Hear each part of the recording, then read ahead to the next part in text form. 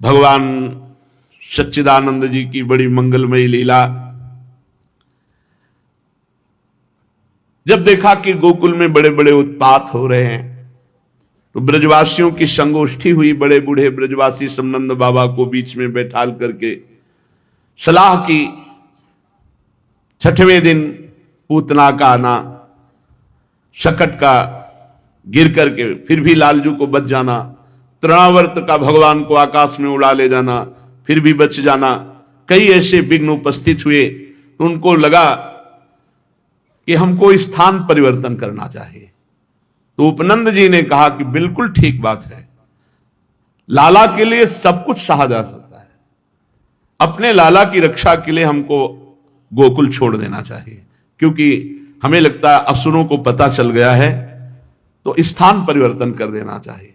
तो उपनंद जी से पूछा कहां चला जाए, तो उनका वनम वृंदावनम नाम पशव्यम नवकाननम गोप गोपी गवाम सेव्यम पुण्यादितृणवीरुधम। वृंदावन चला जाए।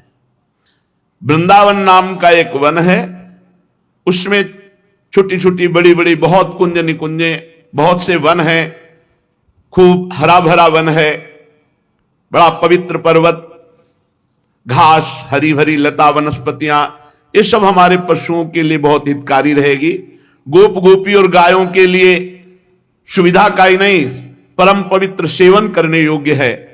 यदि आप सबको हमारी बात जचती हो तो आज ही हम चल देते हैं वृंदावन के लिए, देर ना की जाए। अब तो सब ब्रजवासी कितना प्रेम करते हैं, किसी को भी अपने मकान महल से प्रीति नहीं। पूरा गोकुल दिव्य उत्सव ही मनते रहे हैं। नंद बाबा का दिव्य भवन, सब ब्रजवासियों के दिव्य, सब छोड़ दिया, लाला के निमित्त सब छोड़ दिया। छकड़े जोते गए, आगे लाखों गोप सेवक गौओं को लेकर सब अपनी अपनी दल की दल, आगे गौएं और पीछे छकड़े, ऐसे चला जाए। उपनंद की बात सुनकर सभी गोपों ने एक स्वर में कहा बहुत ठीक, बहुत ठीक। सबका एक ही मत था। सब लोगों ने अपनी झुंड की झुंड गायें इकट्ठी की, छकड़ों पर वो थोड़ी सामग्री ला दी गई जो 2-4 दिन भोजन की व्यवस्था हो सके। सब वृंदावन की यात्रा के लिए तत्काल तैयार हो गए। ग्वालों ने बूढ़ों, बच्चों और गोपियों को, सामग्रियों को छकड़ों पर, उनके पीछे लाखों सैनिक धनुष, बाण, तलवार, ढाल बड़ी सावधानी से लेके चल रहे। गौ बछड़ों को आगे कर लिया, पीछे पीछे सिंगी तुरही जोर जोर से बजाते हुए चले। तो ब्रजवासी ब्राह्मण भी आगे वेद मंत्र उच्चारण करते हुए चल रहे हैं। कितना प्यार है प्रभु से। सब घर मकान सुविधा सब छोड़ दी, वृंदावन के लिए चल पड़े। ये ब्रजवासी जैसे कौन प्रभु को प्यार करेंगे। गोपियां नवीन नवीन वस्त्र धारण करके, गले में सब आभूषण धारण किए हुए, स्वर्ण आदि रत्नों के रथों पर सवार हैं, और वो सब भगवान श्री कृष्ण के प्रेम में डूबी हुई है, उनकी लीलाओं का गायन करती हुई जा रही। यशोदा रानी रोहिणी जी भी वैसे ही सज धज कर अपने प्यारे पुत्र श्री कृष्ण और बलराम को एक छकड़े पर विराजमान करके दोनों बालकों की बातें सुन सुन करके अघाती नहीं और सुनना चाहती हैं। भगवान श्री कृष्णचंद्र जी पूछते हैं, माता क्वानु खलु गच्छन्तः स्मः, मैया ये हम लोग कहां जा रहे हैं। मैया उत्तर देती, पुत्रो वृंदावन नामानि वन धामानि। मेरे लाला, वृंदावन नामक एक वन है, उस वन भूमि में जा रहे हैं। श्री कृष्णचंद्र जी आश्चर्यचकित होते हुए बोले, कदा सदन मायास्यामः, तो हम घर कब लौटेंगे। पुत्र के इस प्रश्न पर यशोदा मैया कहती है, वत्सास मदनुसंगत एव संगच्छमानम तदास्ते। वत्स, अब हम लोग घर नहीं लौटेंगे, अब हम वृंदावन में ही वास करेंगे। श्री कृष्णचंद्र जी का उल्लास बढ़ जाता है। वे कुछ देर बलराम जी के साथ जैसे सकता चल रहा है सकट, तो वृक्ष ग्रह आदि जो रास्ते में मिलते हो घूमते से नजर आते हैं। फिर जननी के कंठ में लग करके प्रश्न करते, भवतु तद वृंदावनम कुत्र, अच्छा मैया ये बता वृंदावन कहां है। तो इसका उत्तर यशोदा मैया इशारा करती कि रोहिणी जी से तुम ही दे दो। तो कहते पुत्र यमुना या पारे, यमुना जी के पल्ली पार, मेरे लाला उस पार वृंदावन है। फिर तो श्री कृष्णचंद्र जी रोहिणी जी से पूछते हैं, लघु माता का तत्र सात संपदस्ति यदेतावता प्रयासेन प्रयास्याम। मैया ठीक है, वृंदावन में ऐसी कौन सी सुख संपत्ति है जो हम लोग अपना घर छोड़ करके वहां जा रहे हैं। रोहिणी मैया बोली, पुत्रो क्रीड़ा स्थानानि क्रीडनकानि च बहुनि सन्ति, मेरे लाला बहुत सुंदर सुंदर स्थान खेलने के लिए हैं, बहुत सी क्रीड़ा सामग्री वहां है। ये उत्तर सुनकर तो श्री कृष्णचंद्र आनंद से नाच उठे, हमको तो वृंदावन जाना है। कदाचित सकट पर ना होते तो अभी वो दौड़ करके निकलते। जब रथ सघन वन के पथ से जाने लगता है, उस समय जननी एवं पुत्र का मनोहर संवाद सुनने योग्य है। जानकर अनजान बने हुए भगवान श्री कृष्णचंद्र जी अबोध शिशु की भांति प्रश्न पर प्रश्न करते जा रहे, और मैया भी हंस हंसकर उत्तर दे रही। कोशो वृक्षा समन्ताद निश्चल दलहा पिप्पला कोंड कोटिम सूते सोदुम्बराख्या का ही घन जटा व्याप्त मूर्तिर्वटः सा। श्री कृष्ण ने पूछा, ये कौन सा वृक्ष है मैया। मैया कहती पीपलहा, ये पीपल का वृक्ष है। श्री कृष्ण, ये कोटि अंडों को प्रसव करके अंगों में लपटाए हुए कौन सा वृक्ष है। जननी ने कहा कि सोदुम्बराख्या, ये गूलर वृक्ष है। गूलर में फल लगे रहते ना, गूलर फल है। श्री कृष्ण ने कहा, ये जो बड़ी बड़ी जटाएं रखे हुए वृक्ष है, ये कौन सा वृक्ष है। घन जटा व्याप्त मूर्तिर, तो बोले वटः सा, ये बट वृक्ष है। अच्छा मैया, इस प्रकार वन में जाते समय की विचित्र प्रश्नावली, जननी पुत्र का ये मनोहर संवाद गोप गोप सुंदरियां सुनती हैं और अब मानो अमृत में डूब जाती हैं। आश्चर्य है कि अपने अपने रथ पर प्रत्येक गोप सुंदरी को श्री कृष्ण का रथ अपने ही नजदीक लग रहा है।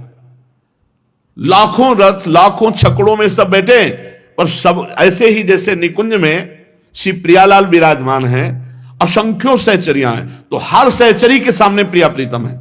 ऐसा नहीं कि पीछे वाली को बड़ा उचक करके परेशानी हो रही हो कि अब हमारा तो नंबर ही नहीं लग रहा दर्शन में। सब सखियों को सेवा, और सब सखियां सीधे प्रिया प्रीतम को देखती, कोई बीच में आड़ नहीं होती। ऐसे ही एक छकड़े पर कृष्ण बलराम है, लेकिन वो छकड़ा सबके समीप चल रहा है, सब बातें सुन रही प्रभु की, सब आनंद मगन हो रही है। आगे बढ़े तो चित्रा कोयम मयूरः का मृदु कुहु गायकः, बोले कोकिलाख्या को वक्तुम वष्टिवाणी नर्वदपि सुखः पुष्पाप कस्य भृंगः। मैया ये रंग बिरंगा पक्षी कौन है। लाला ये मयूर है। अच्छा मैया, तो ये कुहुक कुहुक कर बहुत मधुर गाने वाला कौन है। बोले ये कोयल है, ये कोकिल नाम का पक्षी है। ये ठीक मनुष्यों की भांति वाणी में बोलने में कौन समर्थ है। तो बोले शुक शारिका है। ये पुष्पों का पराग पीने वाला कौन है। इसे भ्रमर कहते हैं। ऐसे कृष्ण बलराम बातें करते हुए जो देखते हैं मैया से प्रश्न करते हैं। सब आ गए श्री यमुना जी के पावन तट पर। मैया नीलमणि श्री लालजू को कलेवा कराती है, पर इतने सरल कहां है कि शांत बैठकर कलेवा कर ले। कभी कलेवा करते भाग पड़ते हैं किसी वृक्ष की तरफ, किसी पशु पक्षी की तरफ। मैया फिर पकड़ के लाती है। बहुव्यंजन बहुभांति रसोई सट रस के परकार, शूर श्याम हलधर दो भैया और सखा सब ग्वार। भाग क्यों पड़ते, सब सखाओं को बुला लिया, फिर एक साथ बैठकर भगवान भोग आरोग रहे हैं। सकट ऐसे मंडलाकार खड़े किए गए हैं और बीच में सब बड़े सुंदर सुंदर शिविर कपड़े के ऐसे जिनमें सब शयन कर सके। सकट समूह क्रमशः कालिंदी यमुना जी के तट पर ऐसे लगाए गए हैं मानो कोई पहाड़ हो, श्रेणीबद्ध यमुना के तट पर। क्योंकि सब नवीन नवीन भी गोप बालक हैं, कोई जंगली पशु ना आ जाए, और हजारों सैनिक लाखों की संख्या में धनुष बाण तलवार ढाल लिए हुए सकट के पहले वो खड़े हुए हैं। यमुना तट घटमान में खलाल लाल शाह शिव इति करुणया कुलिश करेणाकृत पक्षिच्छिदा कनक गिरि कैलास गौरी गुरु प्रभति महामहीधर राज निकरणाम पंक्ति भूय चलंती कुमार श्रेणी रिव सकटानि पथ जनैर वृद्धस्यन्तः। ऐसा लग रहा है कैलाश पर्वत विराजमान हो गया। इतने सुंदर सुंदर शिविर लगे हुए हैं, सकट हैं, आसपास सब सैनिक है और बड़े बलवान गोप बड़ी सावधानी से वीरासन में बैठ करके सबकी रक्षा कर रहे हैं। ऐसा प्रतीत होता है मानो सैन्य बल ही मूर्तिमान विराजमान हो। आकाश से भी कोई नहीं आ सकता, पृथ्वी की तरफ से भी कोई आक्रमण नहीं कर सकता। ऐसे वीरासन में बैठे हुए दिव्य धनुष बाण लिए हुए सब सावधान हैं। यमुना पार होने की व्यवस्था के लिए पहले ही नावों की व्यवस्था की गई है। बाबा ने पहले से व्यवस्था रखी। अब रात में सब वहां शयन कर रहे हैं। 4 पहर विश्राम किया। चारों ओर वस्त्रों के जो गृह तंबू हैं, अग्नि चंदोए हैं, सब सुंदर सुंदर दुग्ध फेन की तरह गद्दे तकिया, सब राजसी व्यवस्था, मानो वस्त्रमयी पूरी हो। बाबा के सब ब्रजवासी और गायें जो छकड़े के अंतर्गत शिविर हैं उनमें तो सब जन है, और एक और सैनिकों की व्यवस्था की गई जो रथों के द्वारा घेरे गए, उनमें गौ लाखों करोड़ों गौएं। यत्रादो प्रथमागतः कतिपय तस्थौ गवाम संहति तत्रैव क्रमतः समेत सनकर वृद्धिम प्रयांतिम ततः। अब यहां गौ दोहन उतने जितने से प्रयोग हो जाए, बल्कि सब बछड़े पिए, क्योंकि दही जमाना मंथन करना ये तो सब रास्ते में थोड़ी हो सकता है। मत गयंद साण, वो तो अपनी पैरों से, और फिर रमाना बलि, सब ये साण आदि बछड़े आदि ये बड़े बलवान हैं। वृद्ध गोप बड़ी सावधानी से उतना ही दूध निकाला जो पूरी समाज को। ब्रजेंद्र उपनंद अभिनंद सनंद नंदन ये विशिष्ट हैं, पूरी मुखिया हैं ब्रजमंडल के, ये सब निरीक्षण करने में लगे हो। किसी को कोई परेशानी तो नहीं है, किसी को कोई आवश्यकता हो, ऐसे। अब यमुना जी में सहस्त्रों नावें इकट्ठा कर ली गई। आदेश हुआ नंद बाबा का, तो पहले से व्यवस्था थी। श्री यशोदा मैया ने प्रातःकालीन श्री बलराम जी को, श्री कृष्णचंद्र जी को और सब छोटे छोटे जो भगवान के सखा हैं सबको बाल भोग मिष्टान आदि पवाया, और गोद में ले लेकर के सब नाव में बैठ जाते हैं। ब्रजेश्वरी श्री रोहिणी जी श्री कृष्णचंद्र जी को एवं यशोदा मैया बलराम जी को गोद में लेकर के सुंदर नाव से यमुना जी के दर्शन करते हुए पार होते हैं। पार होते ही भगवान श्री कृष्णचंद्र जी तो खेलने लगते हैं। फिर मैया रुकी, नहीं ये यात्रा है, कहीं इधर उधर ना चले जाना, यहां जंगली पशु हैं। गोद में उठा लेती है। गोप रमणिया नाव में बैठकर मंगल में गान करते हुए पार होती हैं। फिर समस्त वृद्ध वृद्ध के जो गोपजन हैं उनको, जवान जवान गोपजन सब गौओं को यमुना जी ऐसे ही गौएं तैरना जानती है, चाहे छोटा बछड़ा भी वो भी तैरना जानता है, सब गौएं पार की गई। अब धीरे धीरे श्री वृंदावन की तरफ आ रहे हैं। वृंदावन पहुंचने के उद्देश्य से सर्वप्रथम आगे धेनु राशि चल रही, गौएं आगे चल रही। देखो गौओं की सेवा हमारे भगवान स्वयं किए हैं। आज गौ सेवा के प्रति उत्साह अगर नहीं रखोगे, केवल दूध की भावना रखोगे, तो फिर हमारी गौओं की दुर्दशा होती है, बहुत दुर्दशा होती है।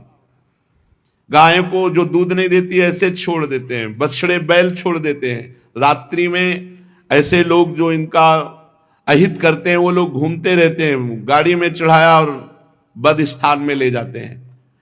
जो ऐसे तो प्लास्टिक खाती हैं गौएं, इधर उधर पड़ी वस्तुएं पाती हैं और फिर उनके उदर में वो सब विकार, फिर वो मर जाती हैं। हमें लगता है गांव में हमने देखा कि पहली रोटी गाय के लिए बनती थी, हर घर में बनती थी। अगर महीने में 100 रुपये भी गौ सेवा के लिए निकाले एक एक लोग, तो हमारी गायों की दुर्दशा न हो। जहां गौशाला हो वहां पहुंचा दें, या ऐसे गौशाला बनाए जिसमें 4 लोग सेवा कर सके गौओं की। तो अब लोग वो गाय ज्यादा रखते हैं कि 50-60 रुपया लीटर जा रहा, 20 लीटर हुआ तो इतना हो गया। और गौ कृपा की बात नहीं सोचते कि अगर गौ की सेवा करेंगे जब भगवान ने की तो कौन सी धनराशि कमी रह सकती। सच्ची मानो, गऊ का दूध एक आदमी को पियाओ, एक को भैंस का पियाओ, पक्का। और फिर भैंस वाले को देखो तो मोटा आपको भैंस वाला मिलेगा, गऊ वाला तो मोटा नहीं मिलेगा, लेकिन उछाली गऊ वाले में होगी, तेजस्विता गऊ वाले में होगी। भैंस वाले में वो तेजस्विता नहीं होगी, उसमें चर्बी चाहे भले बढ़ जाए, मोटापा तो आ जाएगा, लेकिन उसको उछाली नहीं आएगी। अच्छा, दूध रख के देखो दोनों का, तो गाय के दूध में आपको स्वर्णिम कांति मिलेगी, शुद्ध देसी गाय के दूध में स्वर्णिम कांति मिलेगी। भगवान गौ सेवा सबसे पहले वृंदावन में आगे आगे गौएं, गोप लोग आसपास से घेरे हुए तुमुल नाद करते हैं और गौओं को आगे बढ़ने की प्रेरणा देते हैं। गायें अपने बछड़ों को चाटते हुए देखते हुए बड़े आनंद से आगे बढ़ रही हैं। असंख्य गो बछड़े हैं, सब निशंक यमुना जी के पार हुए। जिन बछड़ों के अभी सींग नहीं उठे, छोटे छोटे बड़े सुंदर, ऐसे उल्लास पूर्वक, शरीर छोटा है पर वेग बहुत है, उछाली बहुत है। बड़ा सुख मिलता है जब गाय को ऐसे गले लगा के से, लेकिन मर कहीं वो तो मत लगा गले, हाले वो सींग मार देगी। बहुत सीधी कोई कोई गाय होती है तो जैसे ऐसे दुलार करो ना तो एक भागवती का आनंद मिलता है, लेकिन संभाल के भागवती का आनंद लेने के चक्कर में किसी ऐसी गाय को गले मत लगा लेना जो मारती है। वो पुच्छ ऊपर उठा करके बछड़े जब भागते तो भगवान को बैठे छकड़े में अच्छा नहीं लगता, वो भी उनके साथ खेलना चाहते थे, क्योंकि ये सब भगवत स्वरूप। जानते हो भगवान के समय की गाय कौन थी? श्रुति, वेद की ऋचाएं गौओं का रूप धारण किए हुए थी। गाय आगे, बीच में बछड़े, और जो नवप्रसूत बछड़े अभी नए नए तो वो तैर नहीं सकते, तो विशाल बलवान गोप अपने कंधों पर लेकर उन्हें नाव में बैठ करके ऐसे पार करते। श्री कृष्णचंद्र बलराम अपने विशाल सकट पर ब्रजेश्वरी और रोहिणी के पार्श्व में गोधन को देख रहे हैं, यमुना जी को देख रहे हैं, ऐसे देख रहे प्रेम नेत्रों से मानो प्रथम बार देखा हो। आनंद का पार नहीं है। अपने कर कमल को नचा नचा करके कभी रोहिणी मैया, कभी यशोदा मैया को, देखो मैया वो बछड़ा, देखो मैया वो यमुना जी कैसी, देखो मैया ऐसे। कभी एकदम मैया से छुड़ा करके भाग पड़ते हैं, माताएं उनके पीछे सजग हैं, भाग करके उनको पकड़ लेती हैं। धीरे धीरे वृषभों का दल सब कालिंदी के उस पार, सकट श्रेणी चल पड़ी। ब्रज सुंदरियां श्री कृष्ण यश गायन करते हुए जा रही हैं। राम श्याम तो मैया जरा सा असावधान होती, रथ से कूद पड़ते हैं, अपने सखाओं की तरफ भागते, कभी गैया के मैया सावधानी रखकर फिर भागती है, उनको पकड़ के लाती है। सुबल श्री दामाद सखा उच्च स्वर से जब आवाज करते हैं, भगवान भी आवाज करते हैं, एक दूसरे को बड़ा आनंद मंगल करते हुए श्रीधाम वृंदावन की तरफ आ रहे हैं। वृंदावन का क्या कहना, जिधर दृष्टि डालो शोभा ही शोभा, क्योंकि सच्चिदानंद प्रकाशित है भगवान के समय। तो अभी मात्र 26-27 वर्ष पहले की बात करते हैं, रोड तो केवल वही विद्यापीठ वाला और ये इस्कॉन वाला, इधर तो पूरी परिक्रमा सब रज की और एक भी मकान नहीं, जहां पर बैठे हो एक जंगल ही जंगल, यहां तो घोर जंगल बिल्कुल। आगे पुष्प माली जन लगाते जाए, पीपल है, ये सब पुष्प, यहां से लेकर के और सीधे केसी घाट तक एक भी मकान नहीं, बस 1-2 ट्यूबवेल थे, जैसे नवल का ऐसे 1-2 ट्यूब, बस जंगल।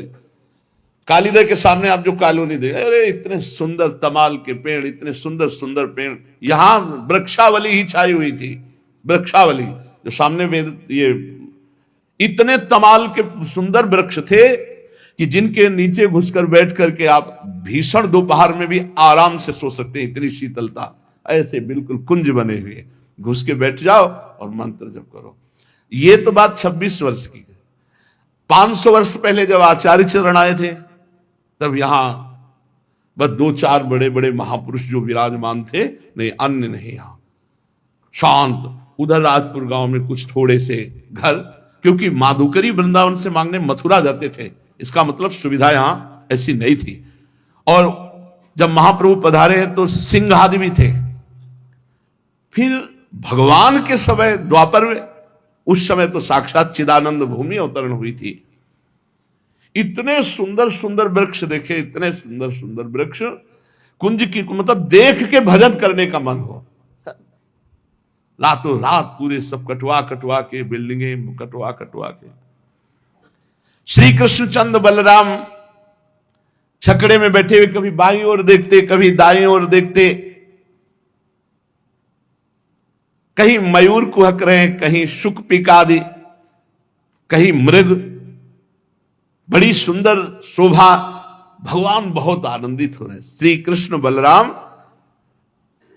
श्रीमद् भागवत, वृंदावनम संप्रविश्य सर्वकाल सुखावहम, ये नहीं कहा कि सर्वकाल, इस समय भी जो आप पक्का देख लो, वृंदावन के बाहर प्रारब्ध भोग अपना जो असर दिखाएगा, वो वृंदावन के भीतर नहीं दिखा सकता। कले कलेश न व्यापे इठा कि ठौर विश्व ते न्यारी, नागरी दासी जन्म जितायो बलिहारी बलिहारी। और जो वृंदावन में भजन होगा वो त्रिभुवन में कहीं नहीं हो सकता। यहां फिरे स्वार्थ आपने भजन गए फिरे बाह, तुम प्रपंच सोचना चाहते हो, वृंदावन पकड़े हुए तुम्हें। पहला भजन तो यहां तुम हो, और दूसरा भजन तुम्हारे चित्त को भजन में लगने के लिए प्रेरित करता ही रहेगा, चाहे जितना अपराध करो। ये इतना कृपालु है। और देश के बसती घटत भजन की बात, और वृंदावन में स्वार्थो उलट भजन हो, कैसे महिमा वर्णन करे वृंदावन की। वृंदावनम संप्रविश्य सर्वकाल सुखावहम, तत्र चक्रुर व्रजवासम सकटई रर्ध चंद्रवत। वृंदावन बड़ा सुंदर वन है, ये सर्वकाल सुख प्रदान करने वाला है, सुख ही प्रदान करने वाला है। वृंदावन में प्रवेश का मतलब है सुख समुद्र में प्रवेश। अब निज धर्म आपनो कहत, तहां नित्य वृंदावन रहत, बहत प्रेम सागर जहां। हमें बड़ी सिद्ध बात कहते हैं, आपको पकड़ लो तो पकड़ लो, आना जाना बंद करो तो आना जाना बंद हो जाएगा। कर लो, बहादुर हो तो आना जाना बंद कर दो, आना जाना बंद हो जाएगा। समझ लो जो समझ पाओ। बहादुर हो तो आना जाना बंद कर दो, तन मन के बन से ये खत्म खत्म, पक्का खत्म। तुम्हारे भजन से नहीं, वृंदावन वास से, वृंदावन धाम की कृपा से। अब सब कोई थोड़ी आना जाना बंद करना चाहता है, और जो आना जाना बंद कर दे तो बंद हो गए। अब क्या समझते हो, मुक्त पुरुष है जो वृंदावन वास करता है, परिणाम में आएगा, बहुत बढ़िया परिणाम आएगा। अब चिंता न करो, ये मन में ना सोचो कि हम कहीं ऐसी जगह एकांत जा करके हो, फिर अपने चित्त को, इतने बड़े योगी नहीं हो। ये यहाँ का प्रभाव है। रोज कथा सुन रहे हो, रोज सत्संग सुन रहे हो, सेवा कर रहे हो, तो वैराग्य भड़क रहा है। माया आपको प्रेरित कर रही कि चलो एकांत, और एकांत जहां गए फिर वो कहां कहां ले जाएगी, फिर आप देख लीजिएगा अपने आप। ये धाम है वृंदावनम गोवर्धनम यमुना पुलिनानि च वीक्षासी दुत्तमा प्रीति राम माधवयोर। ये भगवान में प्रीति वर्धन कर दिया। आश्चर्य की बात, वृंदावन ने क्या किया, वृंदावन गोवर्धन यमुना इसका दर्शन करके श्री कृष्ण और बलराम के हृदय में उत्तम प्रीति का उदय हुआ। आप देखो, वृंदावनम गोवर्धनम यमुना पुलिनानि च वीक्षासी दुत्तमा प्रीति राम माधवयोर। भगवान में प्रीति प्रकट कर दी तो हम तो जीव हैं। कहा, वृंदावन गोवर्धन यमुना पुलिन। ये कितना सौभाग्य है अपने को। यमुना पुलिन में बैठे हो, यमुना पुलिन में बैठे हो, यहीं से यमुना प्रवाहित होती रही, समय के प्रभाव से थोड़ा उधर चली गई। नहीं, यही है यमुना जी की नित्य धारा। कालीदेव में देखो सीढ़ियां बनी और क्रम से देखते चले जाना, आगे सब सीढ़ियां आपको दिखाई देंगी। यहीं से यमुना जी प्रवाहित होती थी। भगवान श्री कृष्ण बलराम अब गुप्त रूप से एक चमत्कार हुआ। विश्वकर्मा जी जब थक करके सब गोपगण आए और शयन किए, अपने अपने छकड़े अर्धचंद्राकार लगा दिए,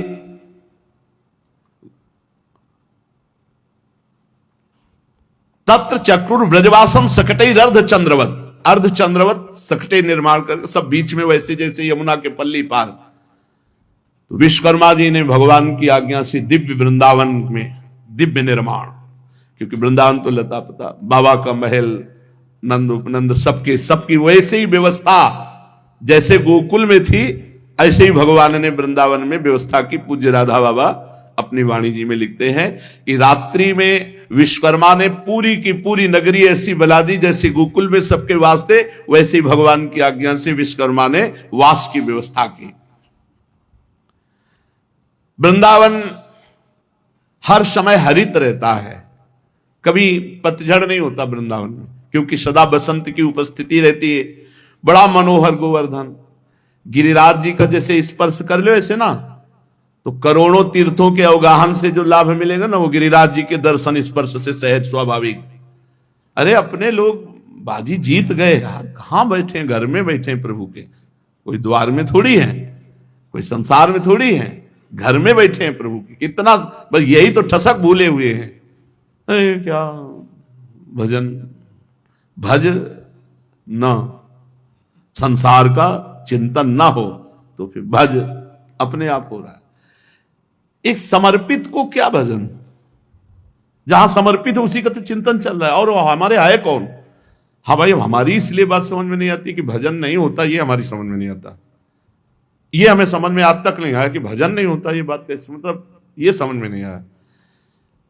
जब आपका कोई है नहीं तो फिर आपका चिंतन क्या होता है? जैसे मेरे तो गिरधर गोपाल दूसरो न कोई, तो मौसी हो फूफा हो तो उनका चिंतन है, जीजा हो जिज्जी हो उनका चिंतन करे। संसार के कोई संबंध, आपका कौन है?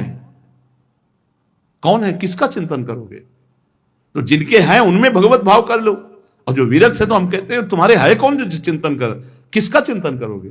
भगवत मार्ग में चलने वाले उपासक का चिंतन और कैसे क्या हो सकता है चिंतन? प्रियालाल के सिवा और कोई है ही नहीं, तो चिंतन किसका करोगे? चिंतन, हमारा चिंतन, हमें जैसे कभी कोई कहता है कि हमारा भजन नहीं होता, तो हमको ये लगता है कि होता क्या है, तुम हमें बताओ क्या होता है तुम्हें? आखिर का क्या दिमाग में चलता है? क्या दिमाग? बिटिया का ब्याह करना है, उसके लिए लड़के की हमें शादी कर ली है, लड़के के है क्या कुछ? तो क्या चिंतन करना है भाई? गृहस्थ आदमी कहे तो उसके पास सैकड़ों समस्याएं हैं, उसमें वो उलझ सकता है। आपकी समस्या क्या है? दवाई, कपड़ा, भोजन है। अपने लड़के को जितना गृहस्थ जन प्यार नहीं करते होंगे, उससे ज्यादा श्री जी आपको प्यार करते हैं। तो आप विचार करो फिर अपना चिंतन क्या होना चाहिए? फिर तो बहुत मतलब हम बेईमान हैं कि अपने इष्ट के चिंतन को छोड़कर और कोई चिंतन, हमें समझ में ले जाता कि हम यार चिंतन करें तो किसका करें, किसका चिंतन करें, क्या चिंतन होता है? बस यही हम आप अपने से प्रश्न करो, आपका है कौन? फिर चिंतन के हिया फिरे स्वार्थ आपने, भजन गए फिरे बा। और देश के बसत ही अधिक भजन जो होए, अधिक भजन जो यही समतो पूजत लई वृंदावन रहे सोए। क्यों? आप सच्ची मानिए, करवट बदले ना तो विपिन घन कुंज रति केली भुज मेली, बस सुनते रहो, चल रहे ब्रजन हो तरुणी कदम मुकुट मणि श्याम आज बनी, आंख मूंदे पड़े चल रहे। क्यों? अब और चलेगा क्या? कई वाणी हरिवंश की, कई हरिवंश है ना, कोई जगह नहीं सोचने की। किसको सोचे? न कर्जा देना है, न कर्जा लेना है, न खेती बोना है, न खेती कटवानी, न लड़का न बच्चा। अब तुम्हारे और चिंतन क्या रह गया हमें बताओ? न तुम्हें खाने की चिंता है, न कमाने की चिंता है, न तुम्हें क्या परेशानी? तो चिंतन किसका? कोई चिंतन नहीं। तो हम करें चिंतन कैसे कैसे नहीं होता? भगवत चिंतन क्यों नहीं होता? हमारा तो धंधा है वही, हमारा तो नशा है वही, हमारा जीवन वही है। कैसे? और इतनी बड़ी पावर शक्ति वृंदावन से मिलती भजन की कि आप बाहर जाके देखो कितना विक्षेप है, और यहां देखो हर विक्षेप को रौंद कर भजन की तरफ वृत्ति को प्रवाहित कर देना, ये वृंदावन धाम की कृपा है। सच्ची कहते हैं, वृंदावन धाम में इतनी पावर शक्ति है कि हमारे विक्षेपों को रौंद करके हमारे अंदर भजन की वृत्ति बढ़ा देती है। इसलिए ये लाभ न चूके। अगर इस बार चूक गए तो ऐसा अवसर नहीं आएगा।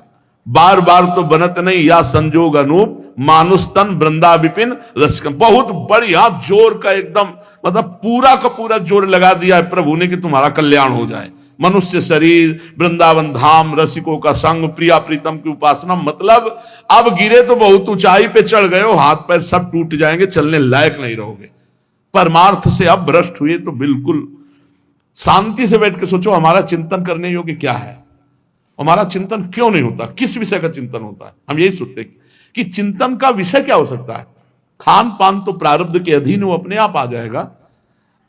सुविधाएं तुम्हारे चरण में लौटेंगी जब आप सच्चिदानंद प्रभु के चिंतन में लगे हो।